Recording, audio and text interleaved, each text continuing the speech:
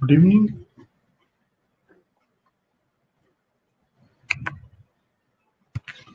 Good evening, everyone. Am I audible? मेरी आवाज साफ आ रही है? गुड इवनिंग वैभव जी.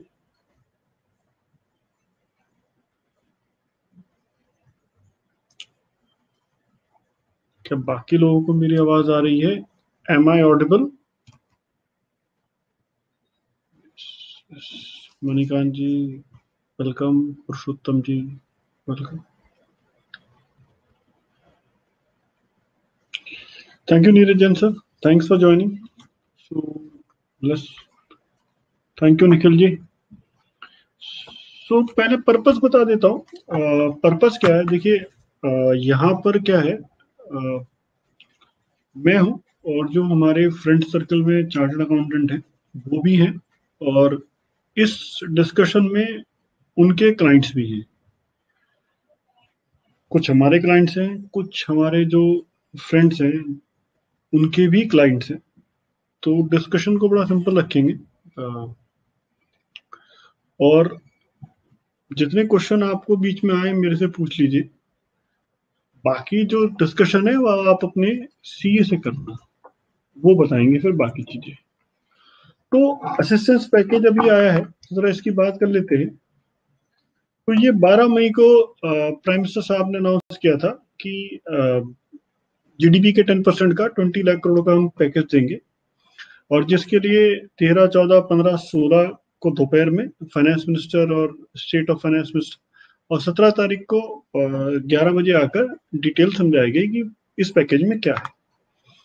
तो प्राइम मिनिस्टर साहब ने कहा था आत्मनिर्भर अभियान है, सेल्फ रिलायंट मूवमेंट है.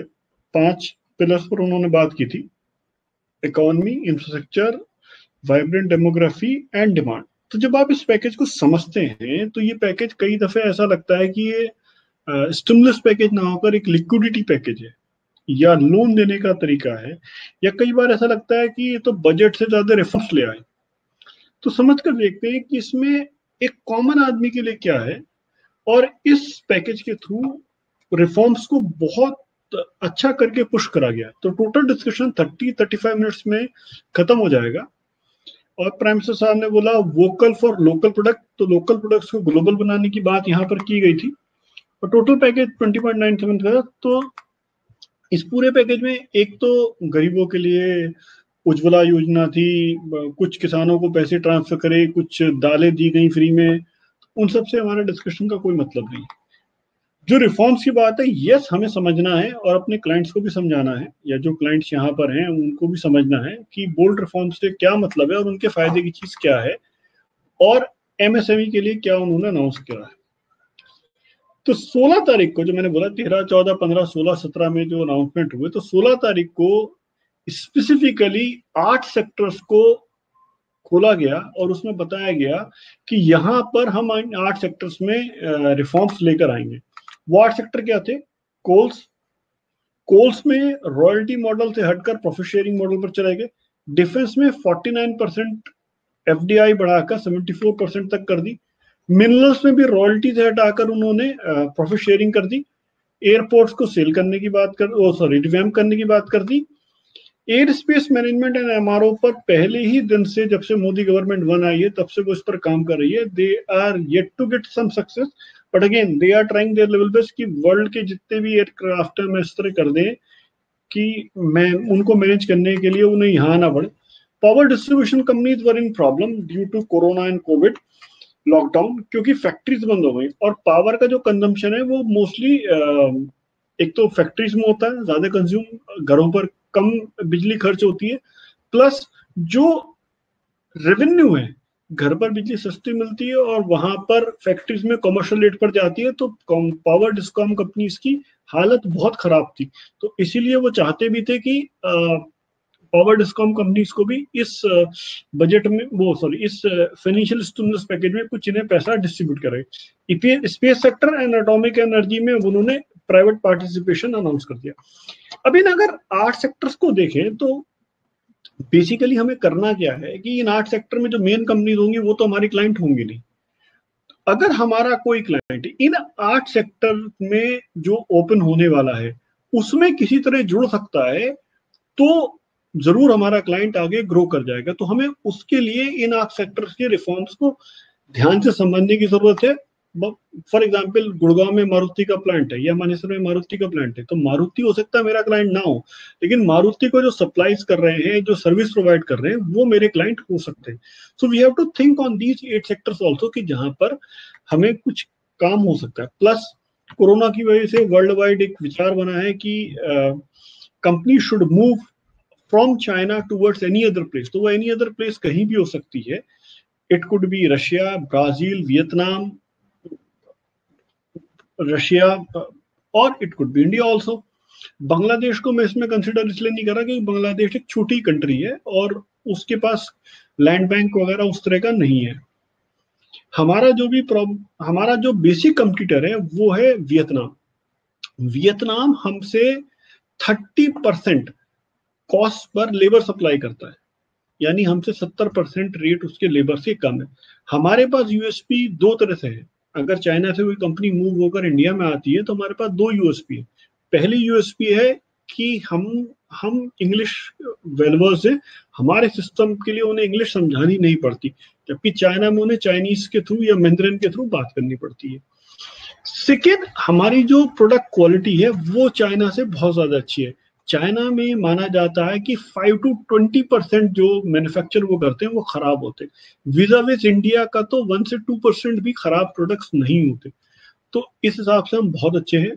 प्लस जो लॉकडाउन का टाइम था, उस लॉकडाउन के पीरियड में गवर्नमेंट ने 4.5 लाख से 5 लाख हेक्टेयर लैंड मैप करी, जो SEZ में, इंडस्ट्रियल पार्क में खाली पड़ी हुई थी, और एक सिंगल स्क्रीन रेडी कर दी है कि कोई अगर फॉरेन कंपनी मूव होकर आती है तो वो अपना इस लैंड बैंक से चूज कर ले और वो वहां पर अपनी इंडस्ट्री डाल सकते हैं। सो this is the work which central government has done during lockdown. तो इस तरह बाहर से बहुत इन्वेस्टमेंट आने की उम्मीद बन रही है। जो स्टेप्स लिए गए थे, दे वर सम फॉर प्रोवाइडिंग बेनिफिट्स, कोलेट्रल और ये सब। इनको बहुत ज्यादा डीप में हम डिस्कस जहां जरूरत होगी वहां कर लेंगे। इसमें कुछ तो रिफॉर्म्स हैं, कुछ लोन के हैं, कुछ लिक्विडिटी मेजर्स हैं, तो वो जरा देखकर चलते हैं कि क्या है। लेकिन पहले जरा समझ लेते हैं कि MSME क्या होती है। MSME जो है वो 2006 का एक एक्ट है जिसमें micro, small and medium enterprise defined है। इसमें दो ब्रॉड कैटेगरीज है और उसके फर्दर 3 सब कैटेगरीज है। तो MSME में 2 ब्रॉड कैटेगरी होती है। फर्स्ट है इंडस्ट्रियल यूनिट या बिजनेस कंसर्न जो मैन्युफैक्चरिंग में इंडल्ज है, या first schedule of industry development regulation act में जो वो काम कर रहे हैं। And second category is the companies which are engage in providing और रेंडरिंग ऑफ सर्विसेज।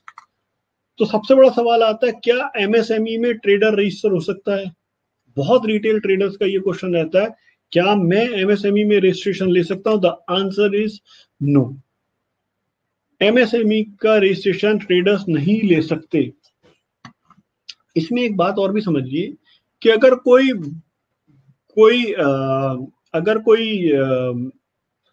बेनिफिट है तो बेनिफिट तभी होता है जब कुछ ही लोगों को मिले।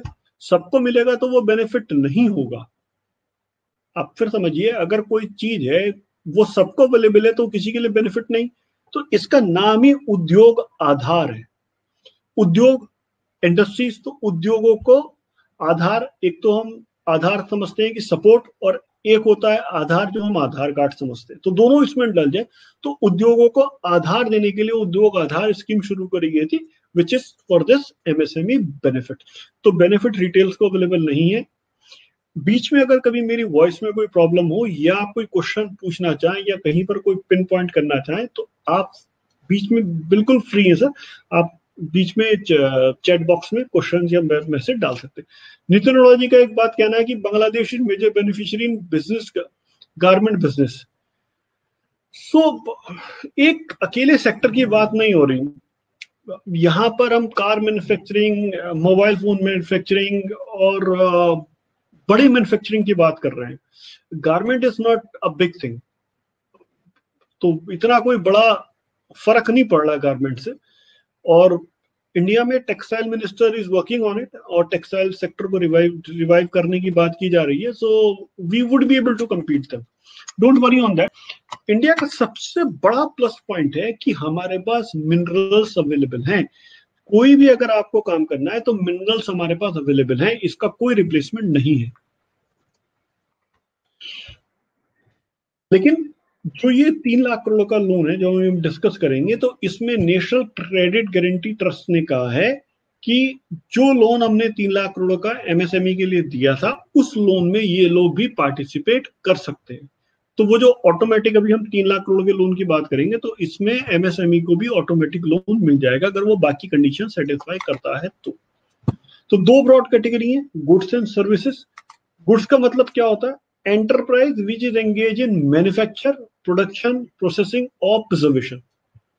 Enterprise which is engage in manufacture, production, processing और प्रिजर्वेशन, ये 4 काम कर रहे हैं गुड्स पर, तो आप मैन्युफैक्चरिंग की कैटेगरी में आते हैं। अगर आप सर्विस प्रोवाइडर हैं तो आप सर्विस प्रोवाइडर की कैटेगरी में आएंगे। तो ये 2 ब्रॉड कैटेगरी, 2 ब्रॉड कैटेगरी के बाद 3 कैटेगरी बनती है, micro, small and medium, MSME जिसको हम बोलते हैं।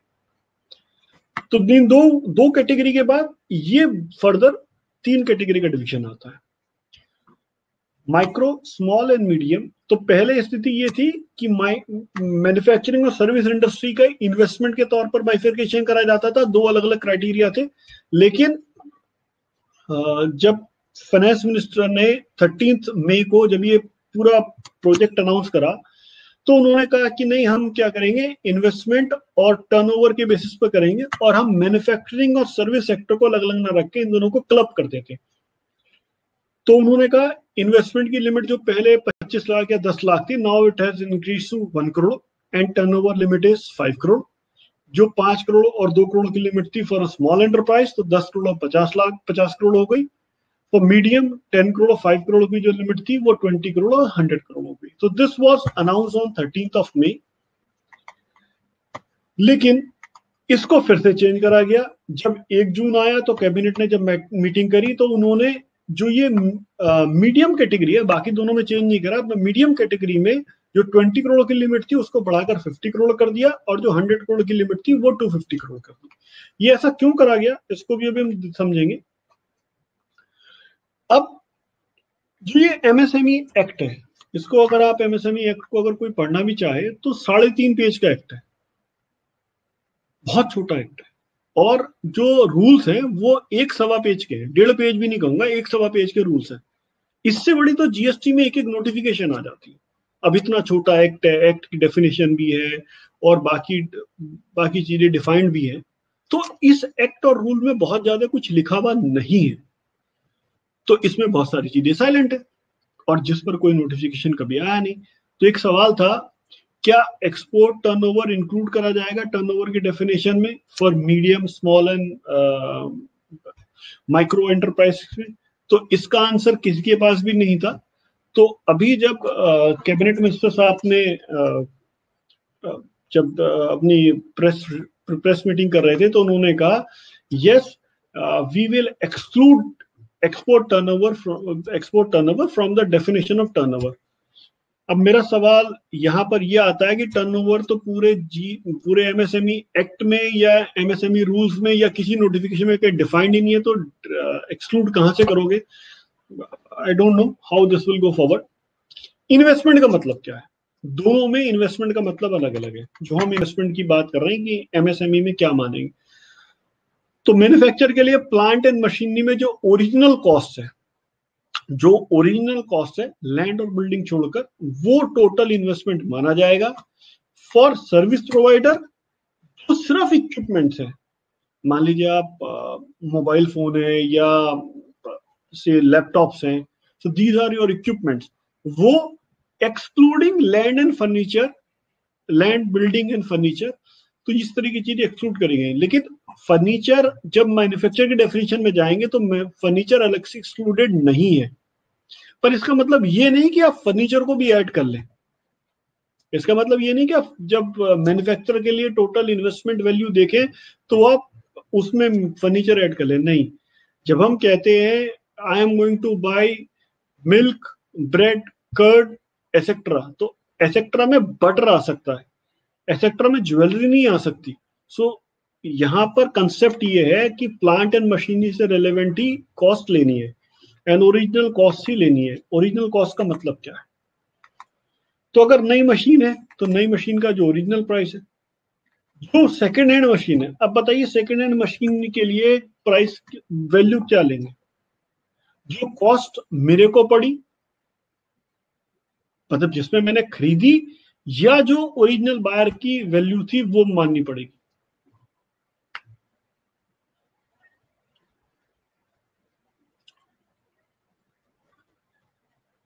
सेकेंड हैंड मशीनरी पर कॉस्ट क्या मानेंगे? जिस पर मैंने खरीदी या जिसने ओरिजिनली खरीदी थी और उसने मुझे ट्रांसफर करी।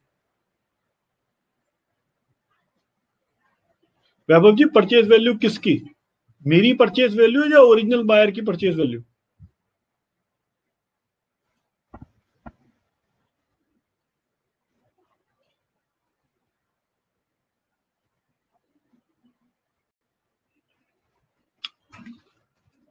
The answer is original purchase value. चाहे मैंने सेकेंड हैंड गुड्स खरीदी तो मुझे ओरिजिनल वाले की वैल्यू लेनी है।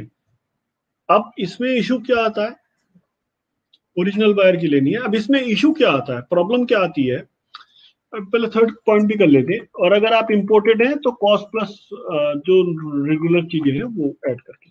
तो इसमें सबसे बड़ा प्रॉब्लम क्या आता है कि जब आप बुक्स में देखते हैं, मान लीजिए कंपनी, किसी कंपनी की बैलेंस शीट है, तो वहां पर एक सेगमेंट चल रहा होगा ग्रॉस ब्लॉक ऑफ असेट्स, और एक ब्लॉक होगा depreciation, and then you arrive with the net value. वहां पर तो आपको ग्रॉस ब्लॉक मिल जाएगा कितना इन्वेस्टमेंट वैल्यू है। लेकिन जो प्रॉपर्टीशिप है, पार्टनरशिप है, हो सकता है आप उसमें इन्वेस्टमेंट सॉरी इनकम टैक्स के डेफिशिएशन लगा रहे हो, और जो वैल्यू आ रही होगी बुक्स में या बैलेंस शीट में वो WDV वैल्यू आ रही होगी। तो इसमें सवाल आ सकता है कि मैं ओरिजिनल वैल्यू कैसे निकालूंगा, लेकिन इसमें काम करना पड़ेगा, आपको ओरिजिनल वैल्यू पर जाना पड़ेगा, आपको वापस वर्किंग करनी पड़ेगी। उद्योग आधार रजिस्ट्रेशन का कुछ बहुत सिंपल फॉर्म है, आप आधार नंबर डालिए, नाम डालिए, OTP आएगा, OTP भर दीजिए, और 2-4 वैल्यू वो पूछता है कि आपका एड्रेस क्या है, GST नंबर क्या है, और पैन क्या है, और 1-2 चीजें अपलोड कराता है और सर्टिफिकेट हाथों हाथ जनरेट हो जाता है। इसमें मुश्किल से 10 मिनट का काम है। लेकिन क्या आधार कार्ड मैंडेटरी है सबके लिए? Yes, Aadhaar card is compulsory. तो रिलेवेंट पर्सन का आधार कार्ड चाहिए। मान लीजिए पार्टनरशिप फर्म है तो किसी भी एक पार्टनर का आधार कार्ड चाहिए। अगर कंपनी है तो डायरेक्टर का आधार कार्ड चाहिए। इसके अलावा भी कुछ स्कीम्स हैं जो MSME के लिए पहले से चलती आ रही हैं, जैसे 1 करोड़ तक का बैंक लोन MSME में अगर कोई आदमी रजिस्टर्ड है तो विदाउट कोलेटरल मिल जाता है। गवर्नमेंट टेंडर्स में एक प्रोक्योरमेंट में बेनिफिट है, वो हम अभी करेंगे गवर्नमेंट टेंडर्स को। बैंक ओडी जो भी मिलता है तो उसमें 1% कम मिलता है, सॉरी बैंक ओडी में 1% इंटरेस्ट रेट कम मिलेगा। मान लीजिए मैं नॉन MSME हूं तो मुझे 12% का रेट मिला, और आप MSME है तो आपको 11% का रेट लगेगा। इलेक्ट्रिसिटी बिल में कंसेशन होता है। अगर आप MSME में रजिस्टर्ड है तो आपका जो जो फैक्ट्री का या सर्विस प्रोवाइडर का जो बिजली का मीटर है, अगर वो कमर्शियल मीटर है तो आप जाकर रिक्वेस्ट कर सकते हैं अपने इलेक्ट्रिसिटी डिपार्टमेंट से, तो आपको उसमें भी कंसेशन मिलता है बिजली में। गवर्नमेंट ट्रेडमार्क फीस और पेटेंट के लिए जो आप फीस पे करते हो MSME के थ्रू 50% वापस आ जाती है। ओडी में बेनिफिट है, प्लस कुछ प्रोडक्ट्स एक्सक्लूसिवली मार्क्ड हैं जिन पर सिर्फ MSME या SSI यूनिट से काम कर सकते हैं। ये भी अभी करेंगे डिस्कस। और अलग अलग स्कीम्स भी चल रही होती हैं। उद्योग आधार मेमोरेंडम स्कीम है, वुमेन एंटरप्राइजेस स्कीम है, इसको वुमनिया स्कीम भी बोलते हैं। ग्रीवेंस मॉनिटरिंग सिस्टम है, zero defect zero effect scheme, ये समझ लीजिए अगर कोई पार्टी कोई एंटिटी डिफेंस सेक्टर में काम करना चाहती है तो उसे ये सर्टिफिकेट लेना बहुत जरूरी है कि जीरो डिफेक्ट जीरो इफेक्ट, कि आपके प्रोडक्शन में जीरो डिफेक्ट है। ये सर्टिफिकेट बहुत मुश्किल से मिलता है, गवर्नमेंट देती है। अगर आपके पास ये सर्टिफिकेट है तब भी आप डिफेंस कोई इक्विपमेंट सप्लाई कर सकते हैं। ये गवर्नमेंट सेक्टर, डिफेंस सेक्टर के लिए तो मैंडेटरी है, लेकिन अगर कोई और भी मैन्युफैक्चर है तो वो ये सर्टिफिकेट गवर्नमेंट ऑफ इंडिया से ले सकता है, एमएसएमई। इसका बेनिफिट ये होता है कि अगर आप बाहर भी किसी को सप्लाई करना चाह रहे हैं तो आप उसे एक एक्स्ट्रा माइलेज पॉइंट बता सकते हैं कि मेरा जो प्रोडक्शन है, मैन्युफैक्चरिंग है, उसमें 0 डिफेक्ट है। दैट्स वाई आपको आसानी से ऑर्डर मिल सकते हैं। Credit link capital subsidy scheme है, ये स्टेट वाइज चलती है, क्वालिटी मैनेजमेंट बोर्ड इनका होता है। क्लासिफिकेशन कोड आप सभी समझदार हैं, सीए हैं, खुद ही ढूंढ लेंगे। वो पहले 2 कैटेगरी होती हैं, 2 डिजिट होती हैं, फिर 4 डिजिट बाद में सर्च करनी पड़ती है। ब्रॉड कैटेगरी जैसे लीगल एंड अकाउंटिंग एक डाल रखी है, प्रोफेशनल सर्विसेज अलग डाल रखी है, तो इस तरह ढूंढ के काम करा सकते हैं। कौन कौन सी एक्टिविटीज एमएसएमई में रजिस्ट्रेशन नहीं ले सकते? फॉरेस्ट, फिशिंग, अगर आप होलसेल या रिटेल ट्रेड में डील कर रहे हैं, एक्सेप्ट फॉर मोटर व्हीकल या मोटरसाइकिल्स, आप डोमेस्टिक पर्सनल सप्लाई कर रहे हैं, आप हाउस होल्ड के लिए गुड्स सप्लाई कर रहे हैं, activities of producing, activities of private house hold for own, अपने लिए बना रहे, या एक्सेटोरिटल ऑर्गेनाइजेशन, तो वो सब एमएसएमई में रजिस्ट्रेशन नहीं ले सकते। बाकी सब एमएसएमई एक्ट में रजिस्ट्रेशन ले सकते। गवर्नमेंट की फीस 0 है, लेकिन इसका मतलब ये नहीं कि प्रोफेशनल को फीस नहीं देनी। अगर आप प्रोफेशनल से चाहते हैं कि वो आपका इन्वेस्टमेंट वैल्यू बिल्कुल सही कैलकुलेट करें, अगर आप बैलेंस शीट से उठाकर सीधी फिगर डाल देंगे, वो क्या होगी फिगर? वो तो आपकी WDV है, तो इन्वेस्टमेंट वैल्यू कम आएगी। तो इन्वेस्टमेंट वैल्यू कम आएगी तो आपको लोन भी कम मिलेगा। तो आपको इन्वेस्टमेंट वैल्यू भी बिल्कुल ठीक दिखानी पड़ेगी, टर्नओवर भी ठीक दिखाना पड़ेगा। तो और बैक वर्किंग कई साल की करनी पड़ सकती है। मशीन तो हो सकता है आपने 10 साल पहले खरीदी हो, तो 10 साल पुरानी वर्किंग भी करनी पड़ेगी। तो इन सब के लिए ये मत सोचिए कि गवर्नमेंट फीस नहीं ले रही तो प्रोफेशनल फीस नहीं लेगा। जो भी हमारे प्रोफेशनल साथ में जुड़े हुए हैं, वैभव, अर्पित, नीरज जैन सर, निखिल त्रिपाठी जी, मिनी भाटिया, तो इन सबको फीस देनी है, ऐसा नहीं कि फीस नहीं देनी। सर्टिफिकेट की, yes it is a life time valid certificate. आपने एक बार ले लिया, जैसे इंपोर्ट एक्सपोर्ट कोड होता है, तो सर्टिफिकेट एक बार ले लिया तो लाइफ टाइम के लिए वैलिड है, सब्जेक्ट टू कि आप एमएसएमई की डेफिनेशन से बाहर ना आ जाए। रिटर्न, नो रिटर्न, इसकी लाइफ टाइम कोई रिटर्न फाइल नहीं करनी। सबसे पहला जो लोन है, डिस्कशन का पॉइंट है, वो है 3 लाख करोड़ का लोन। तो 3 लाख करोड़ का जो शोर मचा हुआ है, ये लोन है क्या? ये लोन है ऑटोमेटिक है, आपको बैंक को अप्लाई भी नहीं करना। लेकिन मान लीजिए आपका बैंक नहीं एक्सेप्ट कर रहा, नहीं कुछ एक्शन ले रहा, तो आप जाकर एक बार मिल लीजिए बैंक मैनेजर से। हालांकि इसकी कुछ गाइडलाइंस अभी पहुंची नहीं है, लेकिन आपको बैंक मैनेजर से बात करनी पड़ेगी कि मेरा जो भी 29 Feb 2020 को जो भी मेरा आउटस्टैंडिंग अमाउंट था, उसका 20% ऑटोमेटिक बैंक लोन है। और इसके लिए वो आपसे कोई बैंक चार्जेस नहीं ले सकता, कोई कोलेट्रल नहीं मांग सकता, कोई गारंटी कवर कुछ नहीं मांग सकता। वो ऑटोमेटिक मोड में आना है ये पैसा। ये जो मिलेगा एडिशनल 20%, मान लीजिए फॉर एग्जांपल आपने 100 लाख का लोन लिया,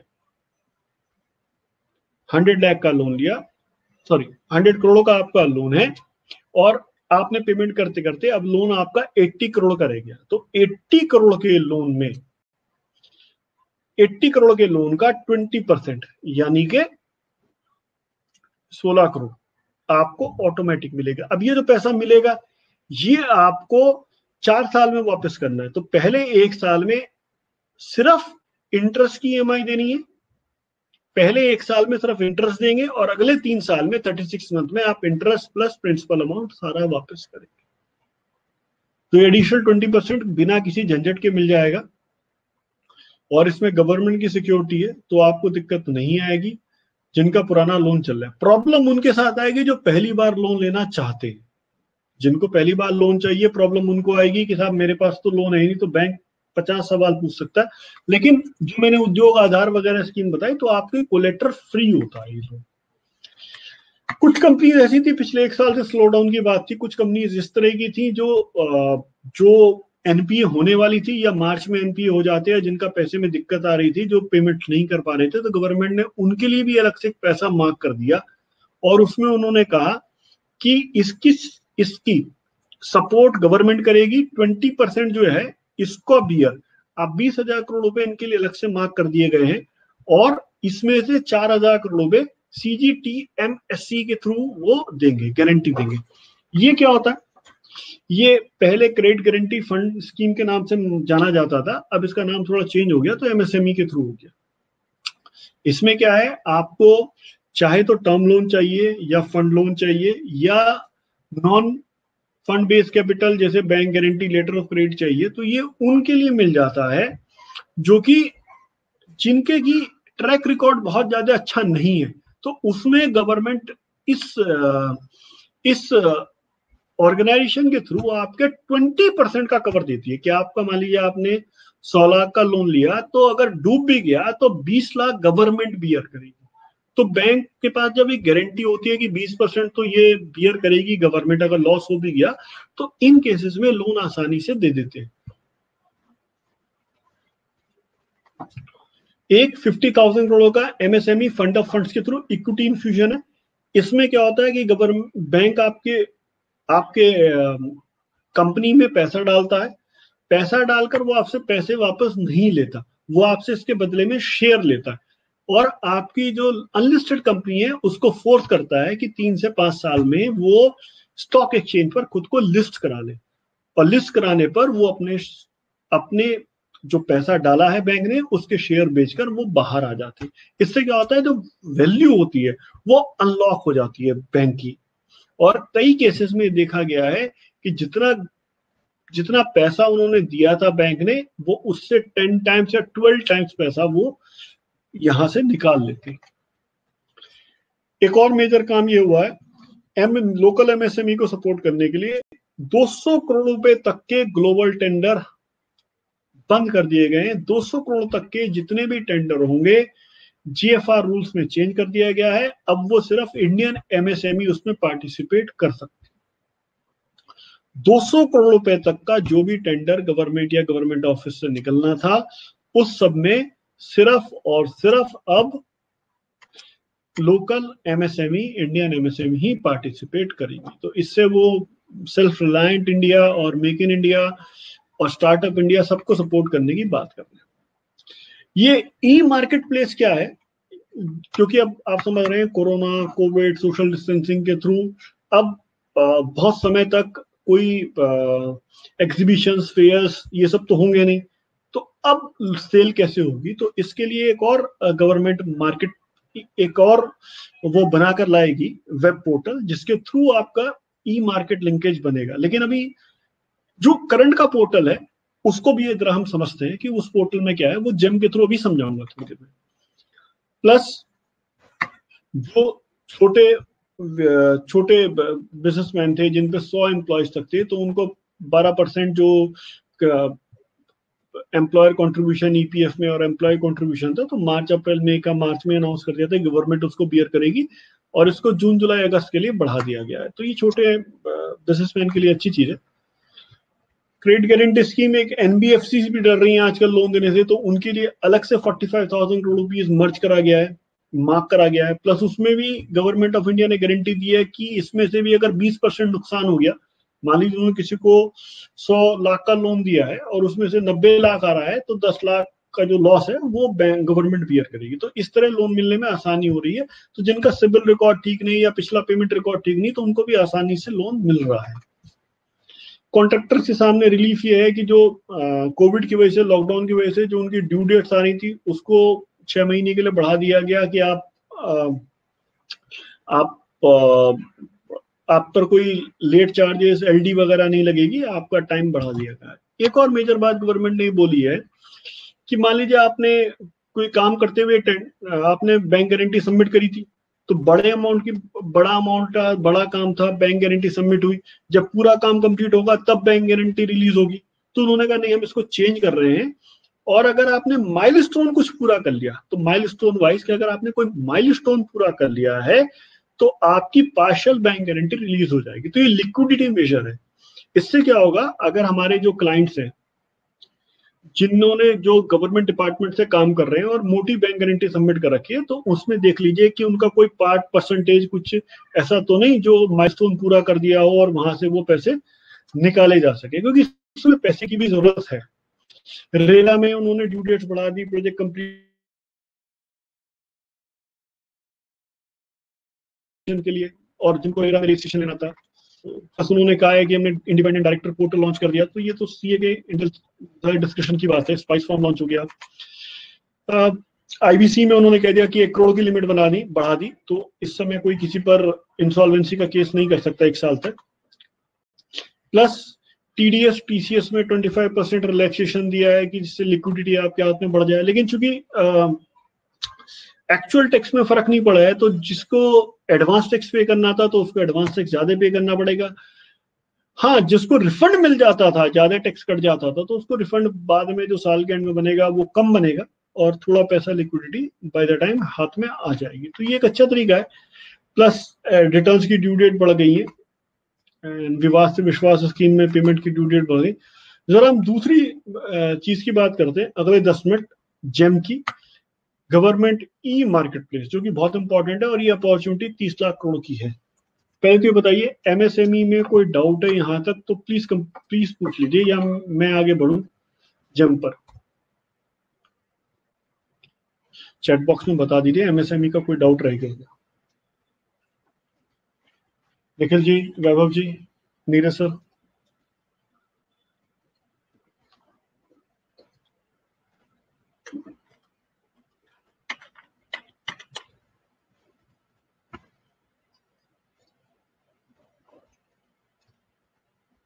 आवाज नहीं जा रही शायद मेरी।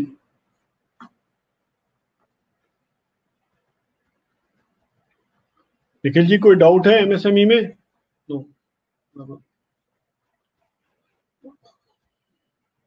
ठीक है, तो जेम की तरफ बढ़ सकते हैं अब।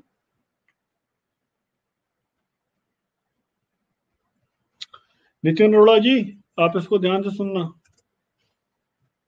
तो जेम है गवर्नमेंट ई मार्केट प्लेस। ये क्या चीज है? ये गवर्नमेंट ने 2016 में लॉन्च किया था, और ये अनाउंसमेंट इसका पहले ही हो गया था, बट बाकी 15 अगस्त से ये स्टार्ट हुआ था पोर्टल। तो गवर्नमेंट ने ये कह दिया है कि सेंट्रल गवर्नमेंट है, स्टेट गवर्नमेंट है, सारी मिनिस्ट्रीज है, चाहे सेंट्रल की हो चाहे स्टेट गवर्नमेंट की मिनिस्ट्रीज हो, डिपार्टमेंट हो, पब्लिक सेक्टर में, पब्लिक सेक्टर अंडरटेकिंग हो, या कोई भी एफिलेट बॉडी है, उसे अगर 5 लाख रुपए तक का कोई सामान खरीदना है तो वो इसके थ्रू ही खरीदा जाएगा। 5 लाख रुपए तक के सामान के लिए कोई टेंडर नहीं निकाला जाएगा।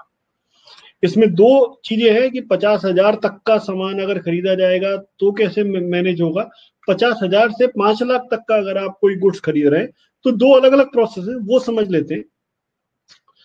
जब पहले तो इसमें रजिस्ट्रेशन का प्रोसेस नहीं, पहले ये समझ लीजिए परचेज प्रोसेस क्या है। अगर 50,000 रुपए तक का उन्हें सामान खरीदना है, तो जैसे अमेजोन और फ्लिपकार्ट है, एक पोर्टल है, पोर्टल पर लोगों ने सेलर्स ने रजिस्टर करवा रखा है, तो इसमें उस पोर्टल में क्या होता है, रिटेल बाई करता है।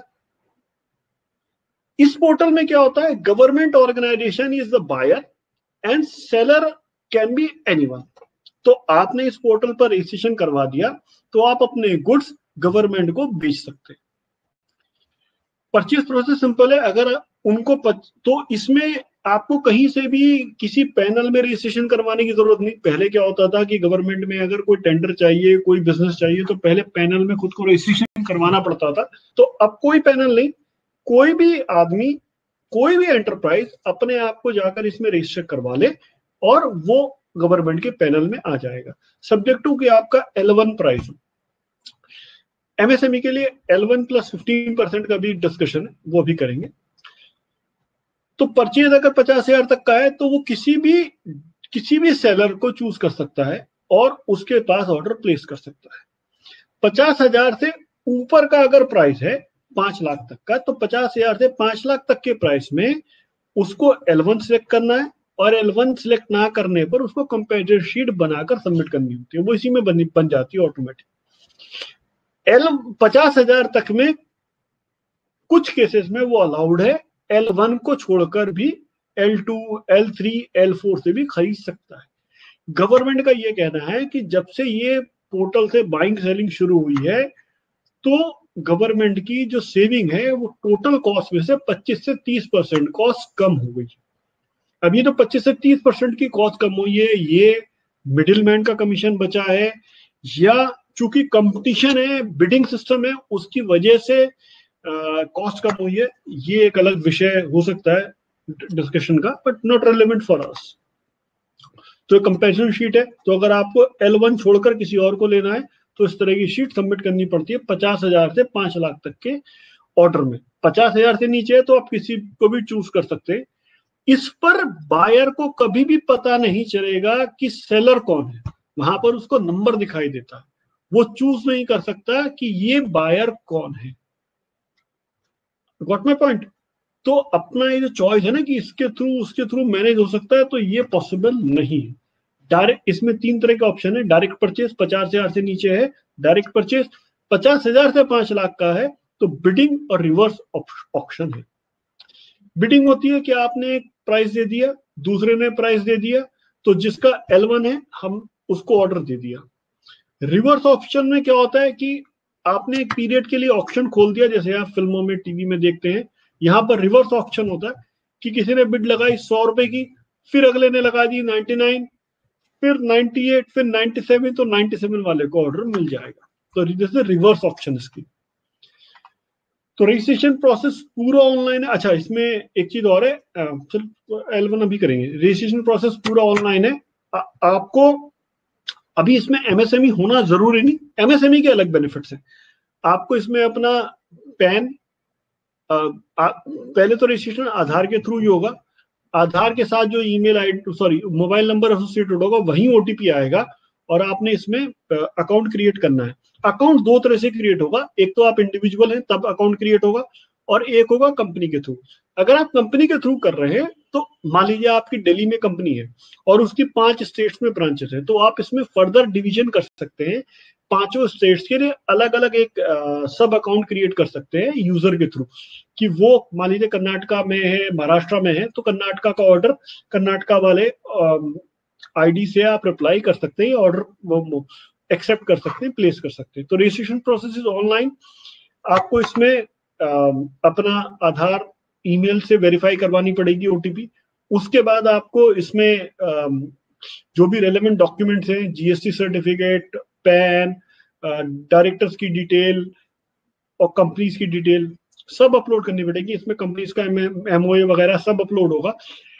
अगर आप इंडिविजुअल हैं तो आप कुछ भी अपलोड कर दीजिए अपनी डिटेल्स में, लेकिन अगर आप कंपनी है या पार्टनरशिप फर्म है तो आपको बोर्ड रेजोल्यूशन या पार्टनर का रेजोल्यूशन साथ में अपलोड करना पड़ेगा, that this person is authorised to upload this document और for the online verification purpose.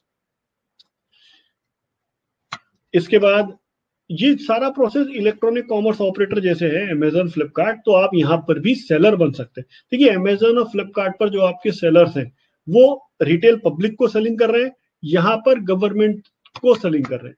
आज की डेट में बाकी ऑर्डर्स तो धीरे धीरे कम हो गए, इकोनॉमी स्लो डाउन है, तो कहां से ऑर्डर सबसे पहले खुले हुए हैं? गवर्नमेंट ऑफ इंडिया के। Government of India slow down से बाहर लाने के लिए अपने एक्सपेंडिचर को ज्यादा बढ़ाएगी। ज्यादा बढ़ाने में क्या होगा, वो ज्यादा से ज्यादा इंफ्रास्ट्रक्चर पे खर्चा करेगी, तो आपको ऑर्डर्स यहाँ पर ज्यादा मिलेंगे। पेमेंट प्रोसेस ऑनलाइन है। आप जब इनवॉइस रेस करेंगे और जब पेमेंट करेगा, सारा जेम मेंटेन करता है, लेकिन तब आपको पता होगा कि कौन आपका बायर है। आपको भी पता नहीं चलेगा कि बायर कौन है। जब आप एक्सेप्ट कर लेंगे ऑर्डर तब पता चलेगा। जब वो आपको ऑर्डर प्लेस कर लेगा और आप एक्सेप्ट कर लोगे तब उसको पता चलेगा कि मुझे सप्लायर कौन है। तो ये ट्रांसपेरेंसी मेंटेन करेगी कि पिक एंड चूज की पॉलिसी ना हो कि मैं एक्स आदमी को ऑर्डर प्लेस कर दूं। इसमें रिव्यूज एंड रेटिंग सिस्टम सारा ऑनलाइन होगा। अगर आप इसके साथ टर्नओवर करते रहते हैं तो आपका रेटिंग सिस्टम इंप्रूव होता रहेगा। इसमें एक ऑप्शन है कि आपको एक मान लीजिए किसी ने एक चीज लगाई कि आपको ये कैटेगरी है, उसने कहा मुझे चेयर खरीदनी है, तो आपके पास एक ईमेल नोटिफिकेशन और SMS पर नोटिफिकेशन आ जाएगी कि आप इसके लिए बिड कर दीजिए। तो पहले टाइम 5 दिन का था, ड्यू टू कोरोना ये टेम्पररीली एक दिन 5 से बढ़ाकर 7 डेज हो गए। This is 7 days, 7 not 7 working days. उनका ये कहना है कि कोरोना के बाद ये वापस 5 डेज पर हो जाएंगे। तो आपके पास 5 दिन होते हैं किसी भी चीज, किसी भी ऑर्डर में बिड करने के लिए या रिवर्स ऑक्शन में जाने के लिए, तो वो आपके पास ऑप्शन अवेलेबल होता है। That is only for the 5 और 7 डेज। इसमें एक चीज और है कि अगर आप कोई ऑर्डर उन्होंने प्लेस कर दिया, तो 10 दिन तक आपके पास ऑप्शन होता है कि आप उस ऑर्डर को रिजेक्ट कर दें। रिजेक्ट करने के बाद आपकी रेटिंग खराब हो जाती है। अब प्रॉब्लम क्या आती है, मान लीजिए आपने दिल्ली में आप रजिस्टर्ड है, आपने आपकी कंपनी दिल्ली में है और आपने चूज कर लिया ऑल ओवर इंडिया, आपका चेयर का बिजनेस है, और कर्नाटका के किसी डिपार्टमेंट ने आपको चेयर का ऑर्डर दे दिया क्योंकि आपका L1 था, लेकिन जब आप डिलीवरी करने जाएंगे तो ट्रांसपोर्टेशन कॉस्ट आ जाएगी, तो आप उसे रिजेक्ट कर देते। तो इसमें यह ध्यान रखना कि आप जो भी एरिया चूज करें एक्चुअली आप सप्लाई कर सके, और जब आप उसमें अमाउंट डालें तो उसमें वेरिएशन डाल दें कि इस स्टेट में ये प्राइस पड़ेगा, इस स्टेट में ये प्राइस पड़ेगा, तो ट्रांसपोर्टेशन कॉस्ट में कवर हो जाए।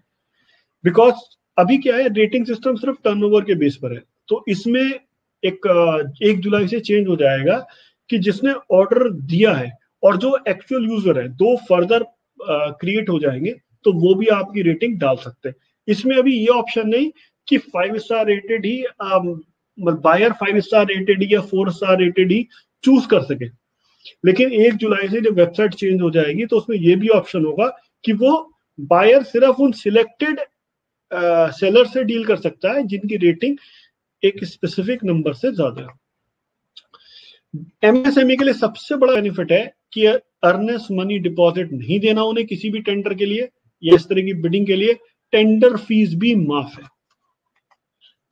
दूसरा, अगर आपकी L1 बिड आई है, वो एमएसएमई की नहीं है और आप एमएसएमई है और आपने L1 से 15% ऊपर की बिडिंग कर रखी है, यानी नॉर्मल बिड 100 रुपए की है लोवेस्ट बिड और आपकी 112 रुपए की बिड है, तो आपको एक स्पेशल चांस दिया जाएगा कि आप उसको मैच कर लें और 100 रुपीज में अगर सप्लाई करना चाहें तो आपको भी कुछ परसेंटेज ऑफ ऑर्डर देना मैंडेटरी है।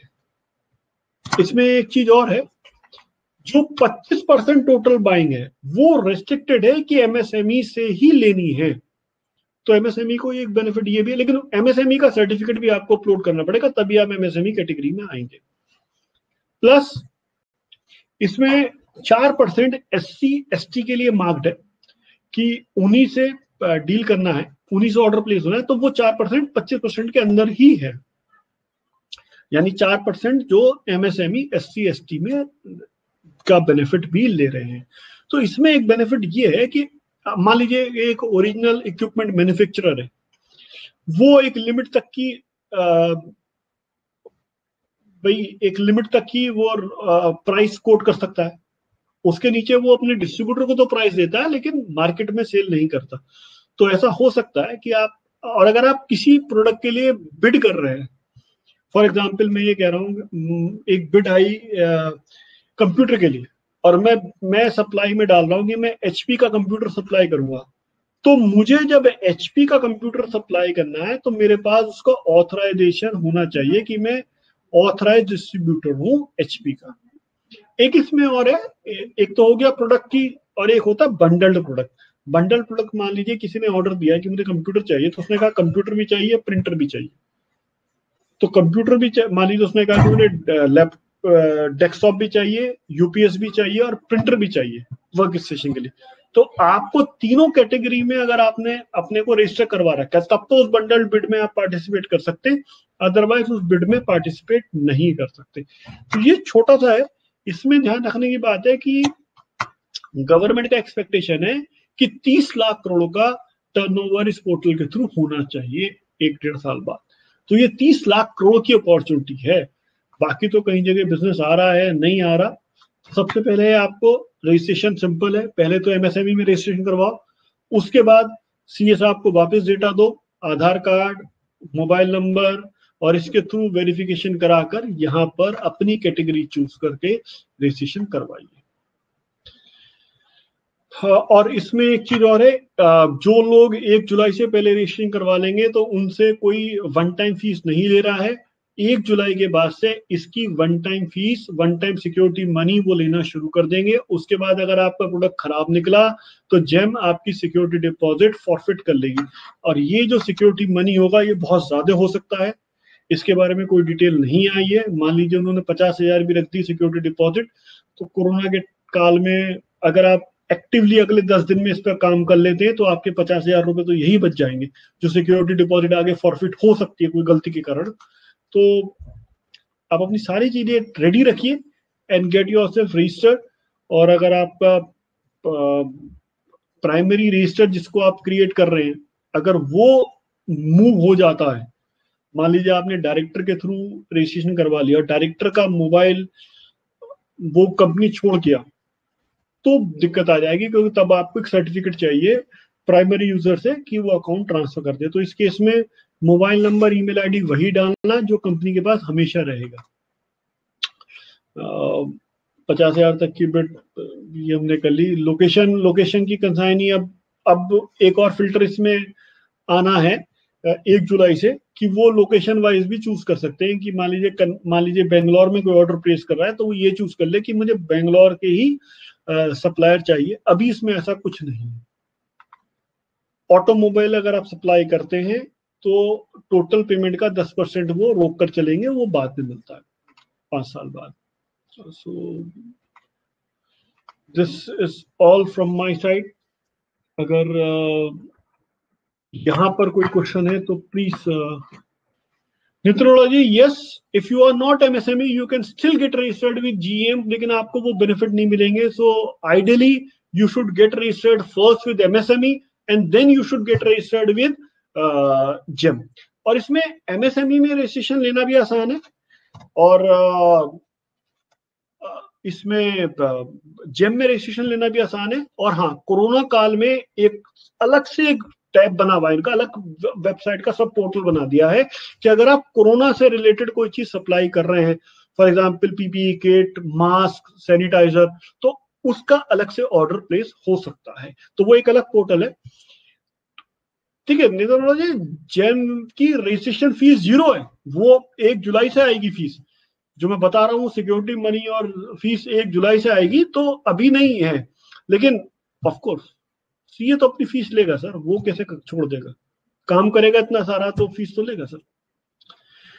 L1 is lowest price, L1 is lowest price 1, L2 is उसके ऊपर का प्राइस, L3 इज उसके ऊपर का price. So if you have any other question then please ask. I hope आपकी संडे इवनिंग खराब करने का, शायद मैंने संडे इवनिंग खराब की आप लोगों की, बट आई थिंक शायद कुछ वैल्यू दी है मैंने आज आप लोगों को। So if there are no other questions, can we sign it off?